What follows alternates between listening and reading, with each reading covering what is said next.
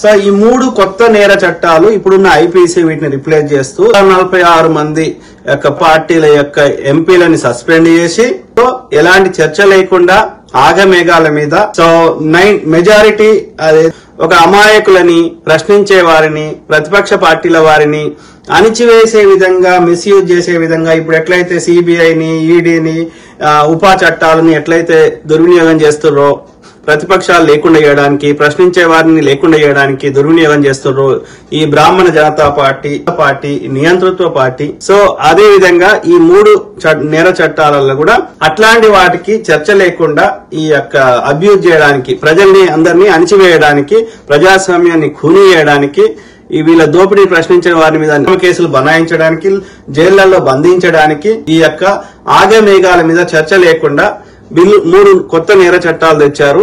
మీద smoke bomb అంటే పొగ బాంబ్ వేసారు కదా లాస్ట్ ఇయర్.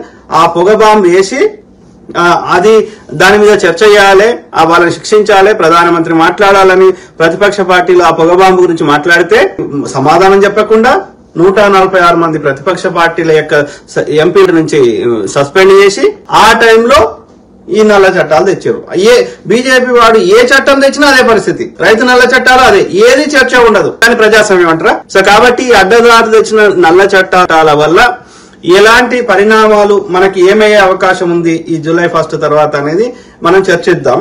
చర్చ లేకుండా అందరి ఆమోదయోగ్యం లేకుండా ఆ చట్టాల్లో ఏముందో దానికి అవసరమైన మార్పులు చేర్పులు చేసే అవకాశం ఇవ్వకుండా అడ్డదారులు తెచ్చిన దొడ్డిదారులు తెచ్చినటువంటి ఈ 3 నేర చట్టాలని ఇది మళ్ళీ రిపీల్ చేసేసి మళ్ళీ ఆ బిల్లులని పార్లమెంట్ లో ఇప్పుడు కొత్త పార్లమెంట్ లో ప్రవేశపెట్టి సభలలో అందరి ద్వారా చర్చించి అవసరమైన మార్పులు చేర్పులు చేసి ఇలా ఎప్పుడో బ్రిటిష్ కాలం నుంచి అవే చట్టాలు ఉన్నాయి, ఇప్పుడు కూడా వాళ్ళ మెజారిటీ అవే చట్టాలు ఉన్నాయి, ఆ సెడేషన్ యాక్ట్ లో ఉన్నాయి. కాబట్టి సంపూర్ణంగా చర్చ చేసి ఒకవేళ ఏదైనా అవసరం లేని ఏమైనా ఉంటే వాటిని తొలగించి వాటిని కంప్లీట్ గా రిఫార్మ్ చేసి అందరి ఆమోదయోగ్యంతో ఆ చట్టాలను చేయాల్సిన అవసరం ఉంది.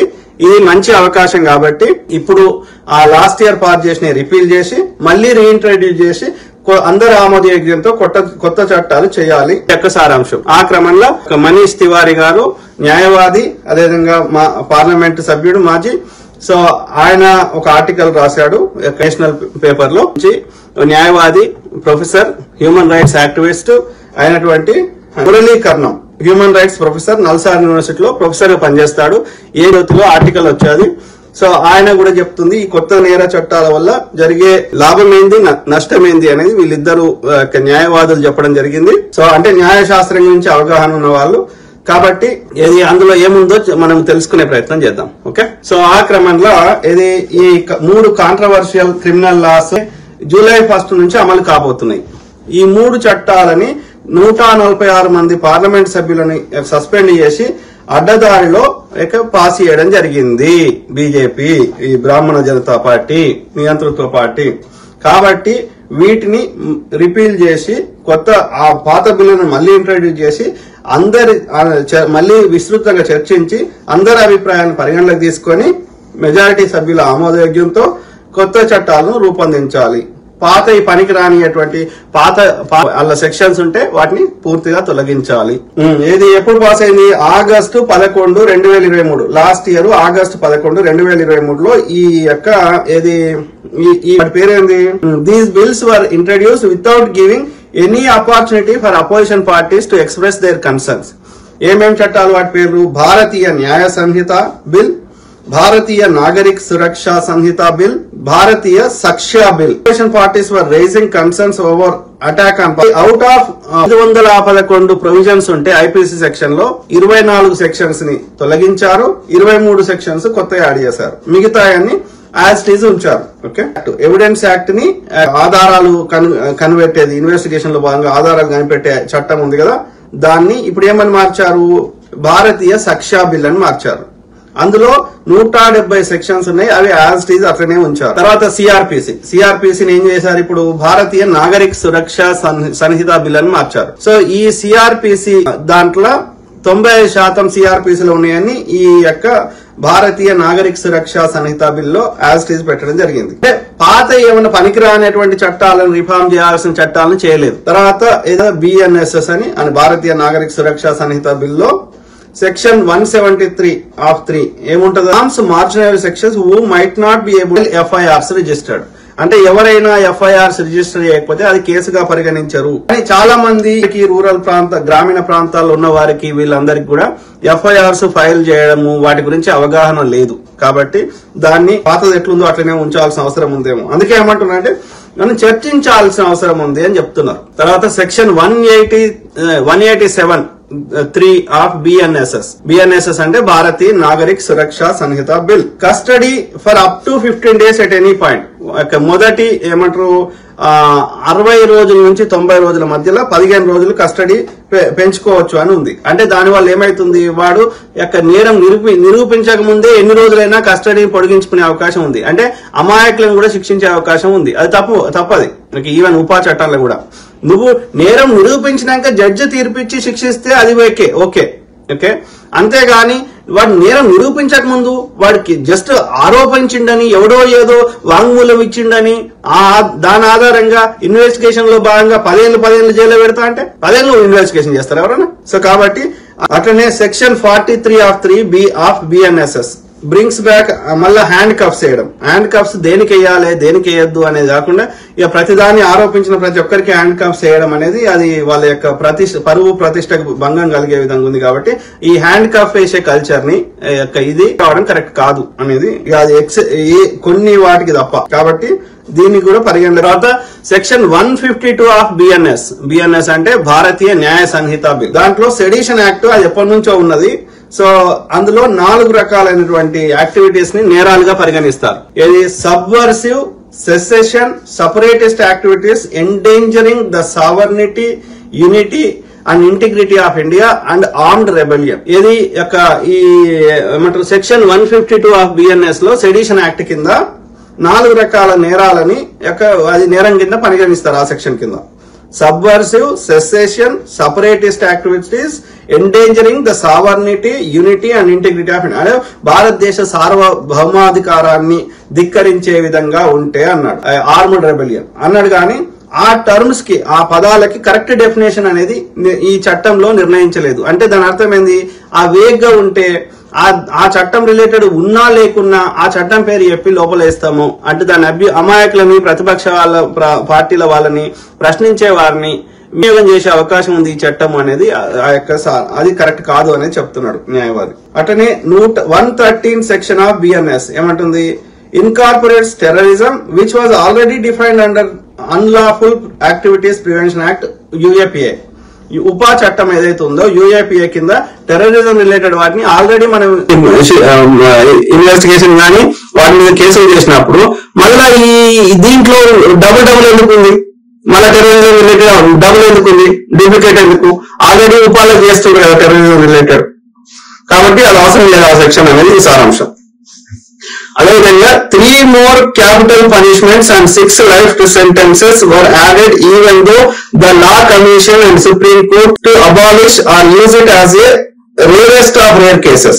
అంటే క్యాపిటల్ పనిష్మెంట్ అంటే డెత్ పెనాల్టీ అంటే ఉరిశిక్ష చేయడం లాంటిది, ఉరిశిక్ష. ఓకే, సో అట్లాగే ఇంకో 3 నేరాలకి ఉరిశిక్ష. అదేవిధంగా 6 life sentences అంటే జీవిత ఖైదు ఇవి కూడా యాడ్ చేసిండు. సో కానీ లా కమిషన్ అదే విధంగా సుప్రీంకోర్టు ఏమని అంటుందంటే ఈ క్యాపిటల్ పనిష్మెంట్లు అవసరం లేదు అని చెప్తున్నది. కాబట్టి ఇవన్నీ చర్చ లేకుండా ఎట్లా కొత్త చట్టాలు తెస్తావు అనేది ఇక్కడ సారాంశం. కాబట్టి ఇప్పుడు ఏవైతే దొడ్డిదారులు తెచ్చినటువంటి ఈ నేర చట్టాలని 3 నేర చట్టాలను రిపీల్ చేసి మళ్ళీ చర్చించి అందరి ఆమోద యజ్ఞంతో అవసరమైన మార్పులు చేర్పులు చేసి రిఫార్మ్స్ చేసి అప్పుడు అవి కొత్త చట్టాలు చేయాలి. These laws create 2 parallel legal systems. ఎందుకంటే ఇప్పుడు 3.4 కోట్ల కేసులు పెండింగ్ లో ఉన్నాయి నేరం సంబంధించినవి. ఓకే, సో అవిటిని తీర్చడానికే ఎంత బ్యాక్లాగ్ ఉన్నది. మళ్ళీ ఎట్ ద సేమ్ టైం మనకి అంత ఇన్ఫ్రాస్ట్రక్చర్ లేదు. ఎట్ ద సేమ్ టైం నువ్వు ప్యారలల్ గా మళ్ళీ అడిషనల్ బర్డెన్ చేస్తున్నావు. అంటే ఇప్పుడు జూలై 1 కంటే ముందున్న పెండింగ్ కేసులు పాత ఐపీసీ గానీ సిఆర్పిసి కింద చేయాలి. మరి కొత్త కేసులు అంటే రెండు ప్యారలల్ గా రెండు లీగల్ సిస్టమ్స్ నడిపించడం వల్ల అంత ఇన్ఫ్రాస్ట్రక్చర్ గానీ అంత హ్యూమన్ రిసోర్సెస్ గానీ లేవు రెండు ఎట్ ద సేమ్ మెయింటైన్ చేయడానికి. అంటే దీనివల్ల ఇది మంచిగా చేయడానికి బదులు ఇంకా వ్యవస్థని ఇంకా న్యాయ వ్యవస్థను నాశనం చేయడానికి ఇంకా మన న్యాయాన్ని ఇంకా లేట్ చేయడానికి ఇది అవుతుంది, కానీ దీనివల్ల లబ్ధి చేకూరే అవకాశం లేదు అనేది ఈ న్యాయవాది చెప్తున్న సారాంశం. ఓకే, ఆంధ్రజ్యోతిలో ఏబిఎన్ ఆంధ్రజ్యోతిలో జూన్ 20 నేర చట్టాలతో న్యాయ సంక్షోభం. ఓకే, సో నేరాలను రాసిన ప్రొఫెసర్ గారు రాసినటువంటి అయితే ఏమేమి జరిగే అవకాశం ఉందో ఆ సారు మాటలను ఉన్నట్టు చదివే ప్రయత్నం చేస్తా, ఎక్కడన్నా వివరణిస్తా. నేరాలను నిరోధించడానికి ఉద్దేశించిన 3 న్యాయ చట్టాలను కేంద్ర ప్రభుత్వం జూలై 1 నుంచి అమలు చేయడానికి ప్రయత్నాలు చేస్తోంది. వాటి అమలు వాయిదా వేయాలని న్యాయ కోవిదులు పలు కారణాల వల్ల కోరుతున్నారు. తగినంత చర్చ లేకుండా వాటి అమలు వల్ల సామాన్యులకు జరిగే తీవ్ర పరిణామాలు, ప్రజల్లో ఇప్పటికీ విశ్వాసాన్ని కోల్పోతున్న న్యాయ వ్యవస్థ మీద పడే ఒత్తిడి, వాటి మీద అంచనాలు లేకుండా వాటిని అమలు చేయడం తీవ్రమైన సామాజిక పరిణామాలకు దారితీస్తుంది. ఈ కొత్త చట్టాలను న్యాయశాఖ రూపొందించలేదు, వినమిత్రులారా, వీటిని హోంశాఖ రూపొందించింది. అంటే అతని న్యాయవాదుల యొక్క న్యాయశాస్త్ర అంటే ఏమంటారు లాని చట్టాలను చదివిన వాళ్ళని న్యాయశాఖకు సంబంధించిన వాళ్ళ యొక్క లేకుండా ఎందుకంటే వాళ్ళకి న్యాయం పొద్దుగా వాళ్ళ జీవితాంతం న్యాయవాదం ప్రాక్టీస్ చేశారు, చదివారు, వాళ్ళు లా చదివారు కాబట్టి వాళ్ళ యొక్క ఇన్పుట్ లేకుండా హోంశాఖ తయారు చేయడం అనేది ఎంతవరకు కరెక్ట్? ఈ కొత్త చట్టాలను న్యాయశాఖ రూపొందించలేదు, వీటిని హోంశాఖ రూపొందించింది. పాలకపక్ష శాసన తలలూపారు, ప్రతిపక్షం మొత్తాన్ని సస్పెండ్ చేసి వాటిని ఆమోదించారు. పోనీ న్యాయ వ్యవస్థలో ముఖ్య భాగమైన న్యాయవాదుల సంఘాలతో చర్చించారా? అది లేదు. ప్రజాస్వామ్య పాలనలో ఇలాంటి ముఖ్యమైన నిర్ణయాలు తీసుకునే ముందు చర్చలు, సంభాషణ అనివార్యం అన్న విశ్వాసం పాలకపక్షానికి మొదట ఉంటే ఆ తర్వాత ఎవరితో ఎంత చర్చించాలి అనే ప్రశ్న తలెత్తుతుంది. నోట్ల రద్దు నిర్ణయానికి ముందు ఎంత చర్చ జరిగిందో ఆ తర్వాత ఏం జరిగిందో మనం చూసాం. జూలై 1 తర్వాత జరిగే నేరాలను నేర న్యాయ సంహిత కింద నమోదు చేసిన భారతీయ న్యాయ సురక్షా సంహిత కొత్త క్రిమినల్ ప్రొసీజర్ కోడ్ ను మాత్రం పాత నేరాల విచారణకు కూడా వాడవచ్చు. ఏ అంశాలు నేరాలుగా పరిగణిస్తామో వాటిని ఏ పద్ధతిలో విచారిస్తామో కూడా అంతే ముఖ్యం. నేర విచారణ పద్ధతి శిక్షగా రూపాంతరం చెందిన సమాజంలో ఇది మరింత ప్రధానమైన అంశం. ప్రస్తుతం విచారణలో ఉన్న చాలా నేరాలు వచ్చే 5 ఏళ్ల నుంచి 20 ఏళ్ల వరకు కొనసాగవచ్చు. కొత్త లేక పాత విచారణ పద్ధతి ప్రకారం పోలీసులు విచారణ చేశారనే వివాదాలు కోర్టు కేసుల కక్షిదారుల సహనాన్ని, నిందితుల స్వేచ్ఛను అన్యాయంగా పరీక్షించవచ్చు. కేసులు ఒక కొలిక్కి వచ్చే కాలం ఇప్పటికంటే మరింత పెరుగుతుంది. ఇప్పటికే లేట్ అయిపోతున్నాయంటే ఇంకా లేట్ అవుతుంది అని చెప్తున్నాడు. అదేవిధంగా అమాయకులని కొత్త చట్టాలను చూపెట్టి వాళ్ళని ఇబ్బందులకు గురి చేసే అవకాశం ఎక్కువగా ఉంది కొత్త చట్టాల ద్వారా అని చెప్తున్నాడు ఆ సార్. ప్రభుత్వం కొత్తగా తెచ్చిన చట్టాలు వలస పోకడలను అధిగమించాయనే ప్రభుత్వ వాదన రూపంలో సారంలో చాలా వరకు నిజం కాదు. ఈ చట్టాలు ప్రస్తుతం ఉన్న చట్టాలకు 90% నకలు. అంటే ఉన్న చట్టాలని సిఆర్పిసి, ఐపీసీ వాటిని 95% వరకు యాజ్ టీజ్ పెట్టారు. ఒక 5% మార్చారు. నేర శిక్షా సంహిత కొత్తగా 20 రకాల నేరాలను సృష్టించింది. వాటి సృష్టి అవసరమా కాదా అనే చర్చ జరగలేదు. 33 నేరాలకు జైలు శిక్షలను పెంచింది కొత్త చట్టాల ద్వారా. 23 నేరాలకు కనిష్ట శిక్షను ఖరారు చేసింది. అంటే న్యాయ వ్యవస్థకు ఈ శిక్షల విషయంలో ఉండే విచక్షణాధికారాన్ని నేర శిక్షా సంహిత తొలగించింది. నేరాలకు సామాజిక ఆర్థిక మూలాలుంటాయనే గుర్తింపు వల్ల న్యాయస్థానాలకు ఈ అధికారాలు ఇవ్వబడ్డాయి. ఈ చట్టం కొన్ని చిన్న నేరాలకు సమాజ సేవ లాంటి శిక్షలను ప్రతిపాదించినంత మాత్రాన దానికి కఠిన స్వభావం మరుగున పడిపోదు. ఇదంతా పాలనలో కఠినమైన నిర్ణయాలు అవసరమనే పాలకపక్ష వైఖరికి అనుగుణంగా ఉంది. ప్రజలకు రాజ్యాంగంలోని 21వ అధికరణం ఆర్టికల్ 21 హక్కును, స్వేచ్ఛకు హామీ పడింది. వీటిని రక్షించడం నేర న్యాయ వ్యవస్థ ముఖ్య కర్తవ్యం. ఏంటి? జీవించే హక్కు, the fundamental rights of living and freedom is given by article 21 of constitution of India. భారత రాజ్యాంగంలో 21వ అధికరణము జీవించే హక్కును స్వేచ్ఛను ఇచ్చింది. ఇది రాజ్యాంగ స్ఫూర్తికి అనుగుణంగా తయారైన చట్టాల ద్వారా జరగాలి. ఆచరణలో నేర న్యాయ చట్టాల అమలు రాజ్యాంగ స్ఫూర్తికి అనుగుణంగా ఉందా అనే కాపలాదారు పాత్రని న్యాయ వ్యవస్థ పోషించాలి. అంటే ఈ చట్టాలను అందరూ పాటించేలా చూసేవాడు పోలీసు, అది న్యాయమా కాదా నిర్ణయించేవాడు కోర్టు, న్యాయ వ్యవస్థ. గత 50 ఏళ్లుగా అమల్లో ఉన్న చట్టాలు ప్రభుత్వాలు దుర్వినియోగం చేయకుండా న్యాయ వ్యవస్థ సూత్రరీత్యా కొంతవరకు అడ్డుకుంది. చట్టాలకు పరిమితులను విధించి కొంత స్పష్టత ఇచ్చింది.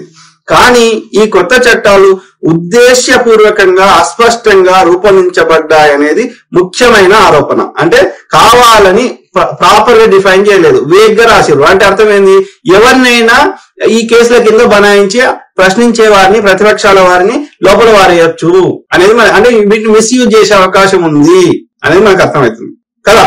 ఎలాంటి ఆధారం లేకుండా కేజ్రీవాల్ గారిని లోపల పెట్టారు. ఎంతవరకు కరెక్ట్? ఎన్నికలు ఉన్నాయి కాబట్టి, ఆయనకు వాయిస్ ఉంది కాబట్టి ఆయన లోపల వారేస్తే మనం గెలవచ్చు అని. అంటే చేయకూడదు కదా, జడ్జి తీర్పు ఇవ్వాలి కదా అతను నేరం చేసిండని. ఇన్వెస్టిగేషన్ లో భాగంగా అయితే వారం రోజులు 10 రోజులు పెడతావు. 10 ఏళ్ళు పెడతారా? ప్రొఫెసర్ సాయిబాబా గారిని ఎలాంటి ఆధారం లేకుండా 10 ఏళ్ళు జైలు పెడతారా? ఇన్వెస్టిగేషన్ 10 ఏళ్ళు చేస్తారా? కానీ ఈ కొత్త చట్టాలు ఉద్దేశపూర్వకంగా అస్పష్టంగా రూపొందించబడ్డాయని ముఖ్యమైన ఆరోపణ. ఈ చట్టాల్లోని అస్పష్టత ప్రభుత్వ నిరంకుశ అధికారాన్ని బలోపేతం చేస్తుంది, ప్రజల హక్కులకు ప్రమాదకారిగా మారుతుంది అనే ఆందోళన వ్యక్తమవుతోంది. ఈ ఆందోళన నిరాధారం కాదు. పై అనుమానాలకు బలం చేకూర్చే విధంగా కొత్త చట్టాలు రూపొందించారు. ప్రభుత్వ అధికారాల మీద ఇప్పటికే న్యాయ వ్యవస్థ విధించిన పరిమితులను అధిగమించి అధికారాలను చేజిక్కించుకోవడానికి జరిగిన ప్రయత్నం వాటిలో కనిపిస్తుంది. అంటే న్యాయ వ్యవస్థని మొత్తం న్యాయ వ్యవస్థని ఈ యొక్క ప్రభుత్వమే తన చేతిలోకి తీసుకునేటట్టుగా ఉన్నాయి. అంటే న్యాయ వ్యవస్థను నీరుగారుస్తున్నారు అని చెప్తున్నాడు. ఉదాహరణకు దేశద్రోహం అంటే సెడిషన్ యాక్ట్ వలసవాదానికి గుర్తు అని ప్రకటించి దాని అమలును సుప్రీంకోర్టు నిలిపివేసింది. కానీ నేర న్యాయ సంహితలో సెక్షన్ 150 ద్వారా మరింత ప్రమాదకర రూపంలో అది పునః ప్రత్యక్షమైంది. సెడిషన్ యాక్ట్ అంతే కదా, ఆర్టికల్ 150. దాని దేశ ఐక్యత, సమగ్రత అనే అమూర్త రూపం తీసుకుంది. ఇది సర్వోన్నత న్యాయస్థానం అభిప్రాయాన్ని నిరాకరించడమే, సుప్రీంకోర్టు తీర్పుని. ఈ పేరు మీద ఏమి జరుగుతుందో ఊహించుకోవడం కష్టం కాదు. మరొక సామాన్య విషయంలో నేర సురక్ష సంహిత చేసిన మార్పును చూద్దాం.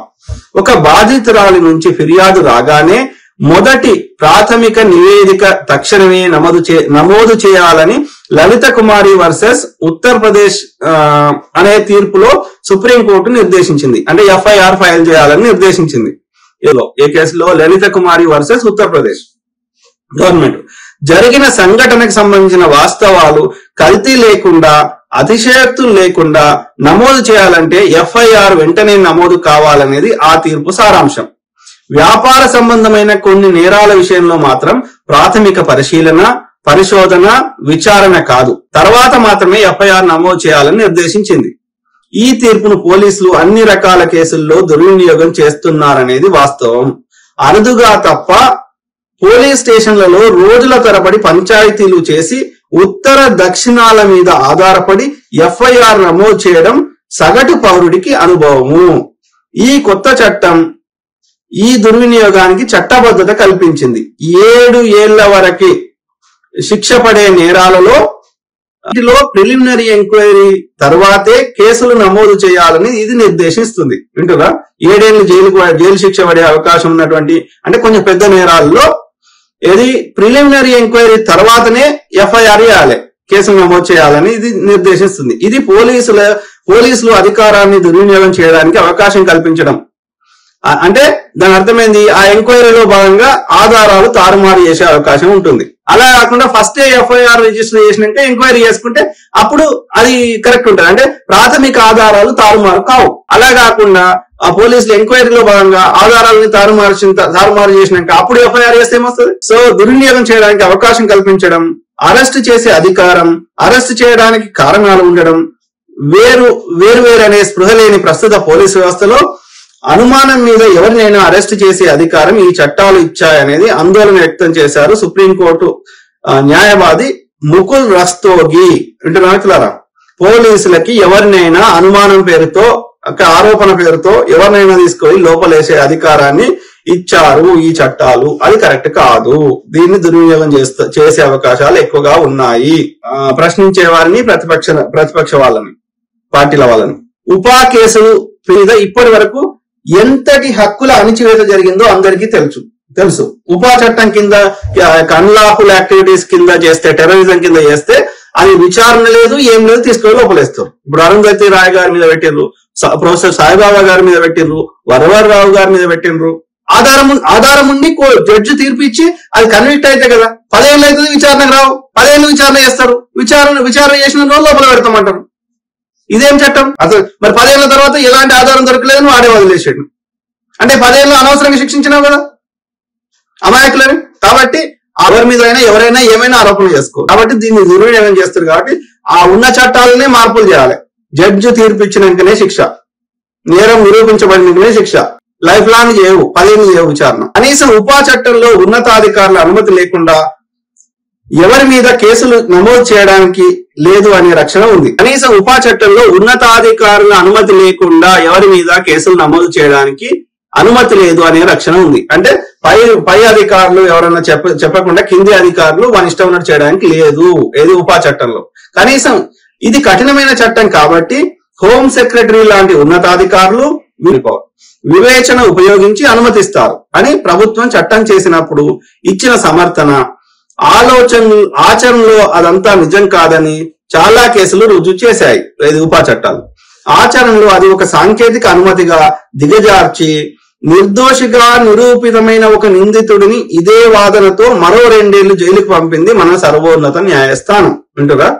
నిర్దోషిగా నిరూపితమైన ఒక నిందితుడిని అంటే ఆరోపించబడిన వాడిని, అతను నిర్దోషి, కన్విక్టెడ్ కాదు, అక్యూజ్డ్ మాత్రమే, అట్లాంటి వాడిని మరో 2 ఏళ్లు జైలుకు పంపింది మన సర్వోన్నత న్యాయస్థానం. అంటే unlawful activities prevention act or UAPA లేదా ఉపా చట్టం అనేది మనకి ఇక్కడ అర్థమవుతుంది. 10 ఏళ్ల పాటు చాలా మందిని జైలులో నిర్బంధిస్తే న్యాయస్థానం నింపాదిగా నిర్దోషులుగా ప్రకటించడం ఆనవాయితీగా అయింది. మనకి గుడ్ ఎగ్జాంపుల్ వరవరరావు గారు, అదేవిధంగా ప్రొఫెసర్ సాయిబాబా గారు. క్రమమే నిందితులకు ప్రమాదకరంగా మార్చిన వైనం చూశాం. విచారణ క్రమమే ఇన్వెస్టిగేషన్ దాంట్లోనే అక్యూజ్డ్ నిందితులని వాళ్ళని ఎన్ని రకాల చిత్రహింసలు చేశారనేది చూసాం. ఉపా చట్టంలో ఉన్న ఆ మాత్రం రక్షణ పౌరులకు దేనికి అనుకున్న ప్రభుత్వం దానిలోని చాలా సెక్షన్లను నేర న్యాయ సంహితలో చేర్చింది. ఉపా చట్టంలో ఉన్నటువంటి కఠినమైనటువంటి ఆధారం లేనటువంటి అంటే ఈ కొత్త చట్టాలను ఈ బ్రాహ్మణ మనువాద పార్టీ అయినటువంటి బీజేపీ కేవలం ప్రతిపక్షాలు లేకుండా చేయడానికి, ప్రశ్నించే వారిని, జర్నలిస్టులని, సామాజిక కార్యకర్తల్ని లోపల పెట్టడానికి వాళ్ళకు అనుకూలంగా మార్చుకుంది. ప్రజాస్వామ్యాన్ని చేయడానికి వాళ్ళు తెచ్చిన చట్టాలు అనేది మనకు అర్థమవుతుంది అని ఈ యొక్క హ్యూమన్ రైట్స్ ప్రొఫెసర్ గారు చెప్తున్నారు. నల్సార్ యూనివర్సిటీలో కర్ణం ప్రొఫెసర్. చాలా సెక్షన్ ఇది చాలా ప్రమాదకరం అని ఇందిరా జైసింగ్ లాంటి న్యాయ నిపుణులు అంటున్నారు. ఉపా చట్టం పరిణామాలు రోజువారీ జీవితంలో అందరూ ఎదుర్కొనే పరిస్థితి రావచ్చు అనేది ఆందోళన. వింటున్నారా? ఈ కొత్త చట్టాలను ప్రజాస్వామిక న్యాయవాదులు సర్వోన్నత న్యాయస్థానంలో ఖచ్చితంగా సవాలు చేస్తారు. న్యాయస్థానంలో ఈ చట్టాలు సవాలుకు రావచ్చు అనే స్పృహ కూడా లేకుండా వాటికి స్వాగతం పలికిన ప్రస్తుత ప్రధాన న్యాయమూర్తి నుంచి మనం ఏమీ ఆశించలేకపోవచ్చు. న్యాయ వ్యవస్థలో చట్టబద్ధ పాలన పట్ల, రాజ్యాంగ స్ఫూర్తి పట్ల విశ్వాసం ఉన్నవారు ఇంకా ఎవరైనా మిగిలి ఉంటే ఈ చట్టాలు రద్దు చేయబడవచ్చు. కానీ జీవితంలో కనీసం సామాన్యులకు ప్రాధాన్యాల పట్ల ఉన్న స్పృహ, విచక్షణ కూడా లేనట్లుగా నటిస్తున్న సర్వోన్నత న్యాయస్థానం ఒక 5 ఏళ్ల తర్వాత సాకల్యంగా ఈ చట్టాలు రాజ్యాంగ విరుద్ధమని ప్రకటించవచ్చు. అప్పటికి ఎంతమంది ప్రజలు మూల్యం చెల్లించుకున్నారు అనే అంచనా లేకపోవచ్చు. ఎలక్టోరల్ బాండ్స్ విషయంలో తీర్పు 2020లో వచ్చి ఉంటే నేటి రాజకీయ పరిస్థితి ఇంకోలా ఉండేది కదా. ఇన్ని డబ్బులు బీజేపీ దగ్గర ఉండేది కాదు కదా. ఈ చట్టాలు సృష్టించబోయే సమస్యలను అంచనా వేయడం అసాధ్యమేమీ కాదు. ఈ కొత్త చట్టాల వల్ల దేశంలో ఏడాదికి సుమారు 60 లక్షల మంది నిందితులను పోలీసులు నిర్బంధిస్తారు. ఓకే, నిందితుడు నేరం చేసినట్టు కాదు. Accused is not convicted, is not a criminal. అందులో నేరం ఆరోపించబడిన వారందరూ నేరస్తులు కాదు. అతను నిర్దోషియే. నేరం నిరూపించేంత వరకు అతను నిర్దోషియే. నిర్దోషులకు శిక్షలు వేయడం కుదరదు. విచారణ చేయొచ్చు, జీవితకాలం చేయరు, వారం 10 రోజులు మాత్రమే చేస్తారు. అందులో 10 లక్షల మందికి న్యాయస్థానాలు శిక్షలు విధిస్తే 60 లక్షల మందిలో 10 లక్షల మందికి మాత్రమే న్యాయస్థానాలు శిక్షలు విధిస్తే 10 లక్షల మంది నిర్దోషులుగా విడుదల చేస్తున్నాయి. వీళ్ళలో చాలా మంది నెల నుండి 3 నెలలు జైల్లో మగ్గిన తర్వాతే నిర్దోషులుగా బయటపడతారు. ఏడాదిలోపు నిర్ణయించబడేవి చిన్నా చితక కేసులు మాత్రమే. మిగిలిన 40 లక్షల కేసులలో నిందితులు 7 ఏళ్ల నుంచి 20 ఏళ్ల వరకు తమ ఆర్థిక సామాజిక స్తోమత బట్టి కోర్టుల చుట్టూ తిరుగుతుంటారు. ఇదంతా ఒక్క ఏడాదిలో సకాలంలో బాధితులకు న్యాయాన్ని అందించే నేర న్యాయ వ్యవస్థను సృష్టించడానికి ప్రభుత్వాలు ప్రయత్నాలు చేయకపోవడంతో సమస్య మరింత తీవ్రంగా మారింది. యుద్ధ కాలంలో లాభాలు పెరిగినట్లు, కోవిడ్ సంక్షోభం తర్వాత బిలియనీర్లు పుట్టుకొచ్చినట్టు అస్తవ్యస్తమైన న్యాయ వ్యవస్థలో కొందరికి మంచి ప్రయోజనాలు కలగవచ్చు. ఈ మొత్తం వ్యవహారం పట్ల అసహనంతో ఉండే సామాన్య ప్రజానికం తక్షణ న్యాయం పేరుతో న్యాయబద్ధ పద్ధతులకు అతీతంగా నిందితులను శిక్షించాలని కోరుకుంటారు. ఈ నేపథ్యంలో కొత్త నేర చట్టాలు అమలు చేయడానికి ప్రభుత్వం చేస్తున్న ప్రయత్నాలను, దానికున్న మద్దతును అర్థం చేసుకోవాలి. ఈ న్యాయ సంక్షోభాన్ని ఎదుర్కోవడానికి రాజ్యాంగం మీద విశ్వాసం ఉన్న వారందరూ నడుం బిగించాలి. Murali Karnam, human rights professor, NALSAR university. ఈ జూలై 1 నుంచి ఈ కొత్త నేర చట్టాలు ఐపీసీ గాని, సిఆర్పిఎస్ గాని, ఎవిడెన్స్ యాక్ట్ గాని వాటిని రిప్లేస్ చేస్తూ ఈ 3 చట్టాలు తేవడం జరిగింది. భారతీయ న్యాయ సంహిత, భారతీయ నాగరిక సురక్ష సంహిత, భారతీయ సాక్ష్య సంహిత. సో ఈ 3 చట్టాల వల్ల ఏమేం పరిణామాలు జరుగుతాయో ఎక్స్ప్లెయిన్ చేయడం జరిగింది.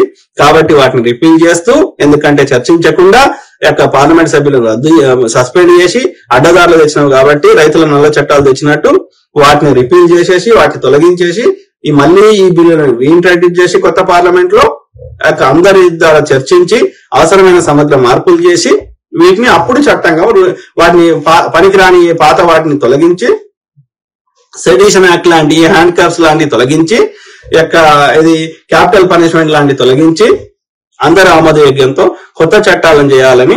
ఓకే, అదేవిధంగా మనందరం కలిసి అందుకు మనందరం మేధావులము, సామాజిక కార్యకర్తలు, ప్రతిపక్షాలు, ప్రజలకు మంచి కోరేవారు, ప్రజలు, చదువుకున్న గ్రాడ్యుయేట్స్ అందరం మనము ఇది డిమాండ్ చేయాలని, ఈ విషయాన్ని అర్థం చేసుకొని మనందరం కొట్లాడి అది సాధించుకోవాలని కోరుకుంటున్నా. సో ఆ దిశగా